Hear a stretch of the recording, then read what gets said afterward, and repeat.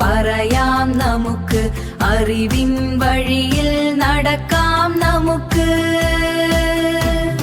Saint Josephine ശബ്ദമിതാ,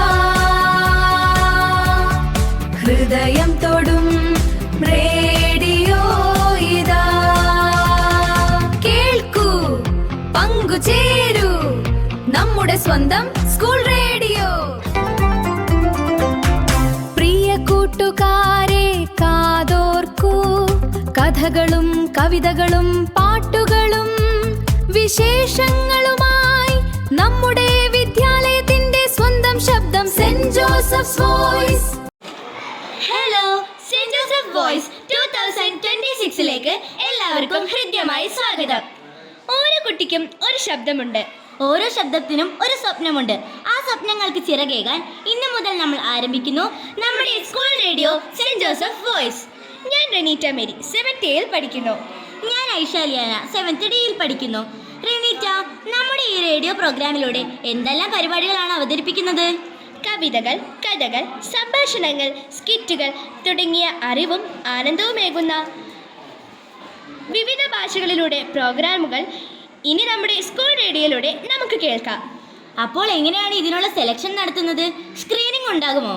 അതെ, screening ഉണ്ട്. പങ്കെടുക്കാൻ താല്പര്യമുള്ളവർ LP വിഭാഗം ജിജി ടീച്ചറുടെയും UP വിഭാഗം ബിനീഷ ടീച്ചറുടെയും അടുക്കൽ പേര് രജിസ്റ്റർ ചെയ്യുക. സ്ക്രീനിങ്ങിന് ശേഷം യോഗ്യത നേടുന്നവർക്ക് അവസരം ലഭിക്കുന്നതാണ്. ഓക്കെ, എന്നാൽ നമുക്ക് ഇന്നത്തെ പ്രോഗ്രാം ആരംഭിച്ചാലോ? അതെ, ഏതൊരു പ്രോഗ്രാമിനും നല്ലൊരു തുടക്കം ആവശ്യമാണ്. ആ നല്ലൊരു തുടക്കത്തിനായി ഇന്നിവിടെ എത്തിയിരിക്കുന്നത് ആരാണെന്ന് അറിയണ്ടേ?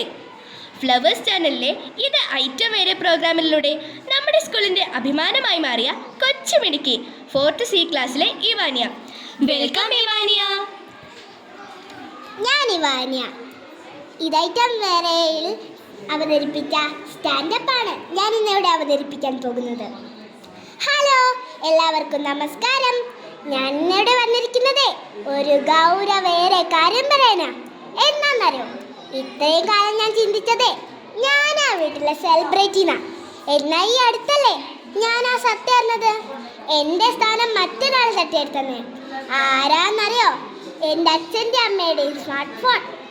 ഇപ്പോഴത്തെ പരിപാടി എന്താണെന്നറിയോ? എന്തേലും കിട്ടിയാൽ അത് അപ്പാടെടുത്ത് സ്റ്റാറ്റസ് ഇടാം.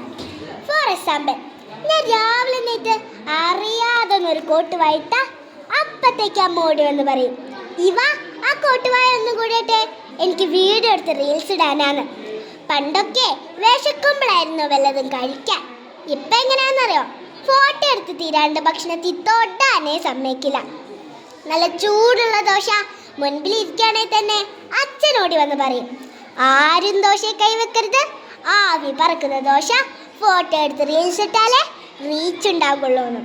അങ്ങനെ ഫോട്ടോ എടുത്ത് കഴിയുമ്പോഴത്തേക്കും നല്ല ചൂടുള്ള ദോശ ഒരു ഐസ്ക്രീം പരുവായിട്ടുണ്ടാകും. ആ ഫോട്ടോയുടെ കാര്യം പറഞ്ഞപ്പോഴാ എനിക്കൊരു കാര്യം ഓർമ്മ വന്നേ. ഫിൽറ്റർ വെളുപ്പിച്ച് പാറും. എനിക്കുണ്ടൊരു അമ്മായി. അമ്മായിനെ നേരിട്ട് കാണുന്ന പോലെയല്ല ഫോട്ടോയിൽ കാണുമ്പോൾ. അമ്മായി ഫേസ്ബുക്കിലിടുന്ന ഓരോ ഫോട്ടോ കണ്ടാലും ആരായാലും ചോദിച്ചു പോകും, ഏതാ ഈ സിനിമ നടിയെന്ന്. സ്വർഗത്തിൽ പോയാൽ ദൈവത്തിന് പോലും അമ്മായിനെ തിരിച്ചറിയാൻ കഴിയില്ല. പോരാഞ്ഞിട്ടിപ്പതാ ജെമിനിയെ സ്വന്തം ഫോട്ടോ ജെമിനിക്ക് കൊടുത്ത് ഇത് താൻ തന്നെയാണെന്ന് നമ്മളോട് തന്നെ കള്ളം പറയുന്ന ഒരു കാലം. ചൈൽഡ്ഹുഡിലെ ഫോട്ടോ തരാൻ ആവശ്യപ്പെട്ട് അത് കയ്യിൽ കിട്ടുമ്പോൾ അയ്യോ, ഇങ്ങനെയാണോ ഞാൻ?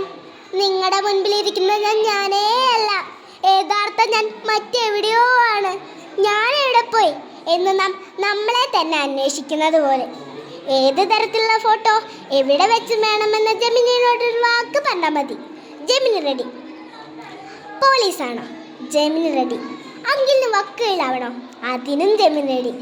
അങ്കിളിന് കള്ളനാവണമെന്നല്ലേ? അതിനും ജെമിനി റെഡി. ഇപ്പം എവിടെ നോക്കിയാലും റീൽസിൻ്റെ കാല. എവിടെ പാട്ട് കേട്ടാലും അവിടെ നിന്നതുള്ളൂ. ഈ അടുത്തെൻ്റെ വീട്ടിൽ പാൽ തരാൻ വന്ന പാൽക്കാരൻ ചേട്ടൻ എൻ്റെ വീട്ടിൻ്റെ അകത്തുള്ള പാട്ട് കേട്ടതും പാൽപാത്രം നിലത്തിട്ട് ഒരു ഡാൻസ്. ആ ചേട്ടനെ പറഞ്ഞിട്ടും കാര്യമല്ല, ഈ പാട്ട് കേട്ടാ ആർക്കായാലൊന്ന് ഡാൻസ് കളിക്കാൻ തോന്നില്ലേ?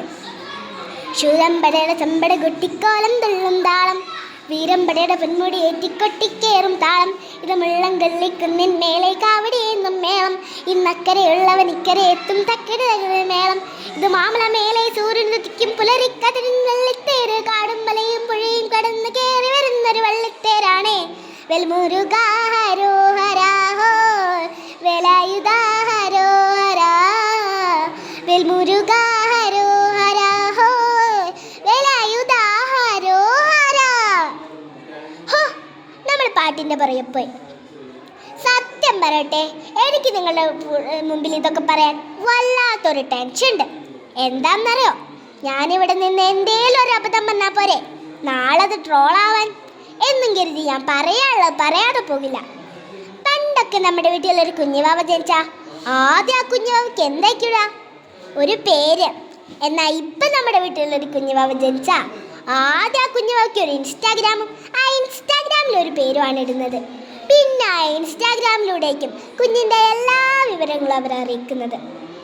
കുഞ്ഞിന് മുട്ടയടിച്ചു, കുഞ്ഞിന് നൂല് കെട്ടി, കുഞ്ഞിന് പല്ല് വന്നു, കുഞ്ഞിന് കാത് കുത്തി, എന്തിനേറെ പറയാൻ കുഞ്ഞ് കമന്ന് കിടന്നു, മുട്ടുകുത്തി, നിന്നു, നടന്നു. ഇതൊന്നും പോരാഞ്ഞിട്ട് കുട്ടി ഒന്ന് നീട്ടി മുള്ള അതുപോലും അവർ ഇൻസ്റ്റാഗ്രാമിലിടും. അഥവാ അവരുടെ വീഡിയോക്ക് റീച്ചും കമൻറ്റും കുറവാണെങ്കിൽ ഇവർ തന്നെ അൺഫോളോ ചെയ്ത് സോറി മോളെ നിനക്ക് റീച്ച് വളരെ കുറവാന്നും പറയും. ഇപ്പം പഴയ പാട്ടിനെടുത്ത് കുറച്ച് ഡിസ്ക്ലൂ ശബ്ദം ഇട്ട് സ്പീഡും കൂട്ടിയാൽ അതൊരു ട്രെൻഡായി. എനിക്കിഷ്ടപ്പെട്ട താരാട്ട് പാട്ട് പോലും ഇപ്പൊ റീമിക്സ് ചെയ്ത് വരാണ്.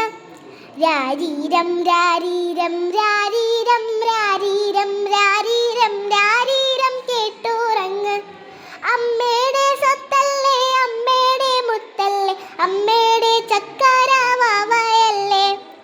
ഈ പാട്ടിപ്പോ അമ്മ പാടുന്നത് എങ്ങനെയാണെന്നറിയോ? റാ റാ റാ റാപ്പ് റാ റാ റാ റാപ്പ് എന്നാണ്.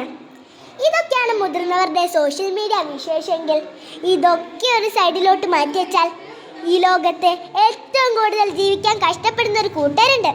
ആരാന്നറിയോ? അത് ഞങ്ങൾ കുട്ടികളാണ് സുഹൃത്തുക്കളെ, ഞങ്ങൾ കുട്ടികൾ. ഞങ്ങളുടെ വീട്ടിൽ എന്തെങ്കിലും ഒരു പ്രശ്നം ഉണ്ടെങ്കിൽ അതിനൊരൊറ്റ കാരണമേ ഉള്ളൂ, ആ മൊബൈൽ ഫോൺ. അതേ സുഹൃത്തുക്കളെ, ആ 5.5 ഇഞ്ച് മൊബൈൽ ഫോൺ. രാവിലെ എണീക്കാൻ വൈകോ കാരണം മൊബൈൽ ഫോൺ. പരീക്ഷയ്ക്ക് മാർക്ക് കുറഞ്ഞോ കാരണം മൊബൈൽ ഫോൺ. എന്തിനേറെ പറയാൻ, എനിക്കൊന്ന് വയറുവേദന എടുത്തെന്ന് പറഞ്ഞാലും അമ്മ എന്താണെന്നറിയോ പറയുന്നത്? അതേതു നേരം ആ ഫോൺ നോക്കിയിരുന്ന എന്നെ കേടാന്ന്. എനിക്ക് ഇതുവരെയായിട്ട് മനസ്സിലാവാത്തത് ഈ വയറുവേദനയും ഫോണും തമ്മിൽ എന്താ ബന്ധമെന്നാ. ഇവിടെ ഒന്നുമല്ല പണി കിട്ടുന്നത്, പരീക്ഷ വരുമ്പോഴാ. ചോദ്യപേപ്പർ കിട്ടുമ്പോൾ പലവരുടെ ഒരു മുഖഭാവം ഒന്ന് കാണണം. ഇതൊക്കെ ആരാ? ഇവരൊന്നും ഞാൻ കണ്ടിട്ട് പോലും ഇല്ലല്ലോ. എന്നാ മട്ട പഠിച്ചതെല്ലാം ഒന്ന് ആലോചിച്ചെടുക്കാൻ വേണ്ടി വെറുതെ തലചൊറിഞ്ഞൊന്ന് മേപ്പോട്ട് നോക്കിയാ അപ്പ വീഴും തലയിലൊരു ചോക്ക്. പിന്നെ മിസ്സിൻ്റെ ഒരു ഡയലോഗ് ഉണ്ട്, മാനത്തോട്ട് നോക്കിയിരുന്നിട്ട് ഒരു കാര്യമില്ല, താഴെ പേപ്പറിൽ നോക്കി എഴുതാൻ. അതെങ്ങനെയാ? ഏതു നേരം ആ ഫോണിൻ്റെ പുറകെയല്ലേ. പഠിക്കാൻ കിട്ടുന്ന സമയം പഠിക്കണമെന്ന്. ഇതിലൊന്നും പെടാത്ത കുറച്ച് കൂട്ടരുണ്ട്. ആരാന്നറിയോ? നമ്മുടെ വീട്ടിലെ അപ്പൂപ്പനും അമ്മൂമ്മമാരും. ഇവർക്ക് ഇതൊന്നും ഒരു ബാധകയില്ല. എനിക്കുണ്ടൊരു അമ്മൂമ്മ മോൾക്കിടേണ്ട വോയിസ് മെസ്സേജ് ഫാമിലി ഗ്രൂപ്പിലിടും, ഫാമിലി ഗ്രൂപ്പിലിടേണ്ട വോയിസ് മെസ്സേജ് ഹെൽത്ത് ഗ്രൂപ്പിലിടും. അഥവാ ഇവരാരുടെങ്കിലും സ്റ്റാറ്റസ് കണ്ട അപ്പം തുടങ്ങും. ഇതൊക്കെ എന്തിനാണ് ഇവർ എൻ്റെ ഫോണിലോട്ട് ഇടുന്നത്? ഇവരോട് വല്ലതും ഞാൻ ആവശ്യപ്പെട്ടോ?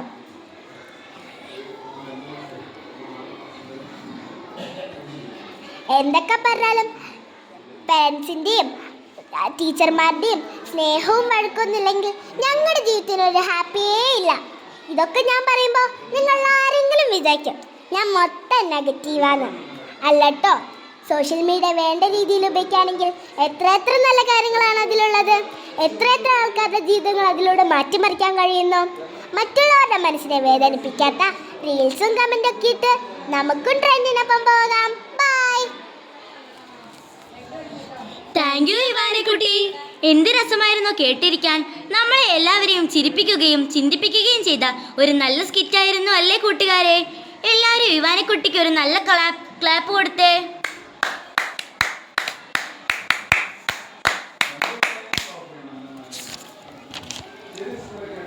സെന്റ് ജോസഫ് വോയിസ് ഇന്നത്തെ പ്രോഗ്രാം ഇവിടെ സമാപിക്കുന്നു. അടുത്ത ആഴ്ച വീണ്ടും കാണുന്നതുവരെ ബൈ ബൈ.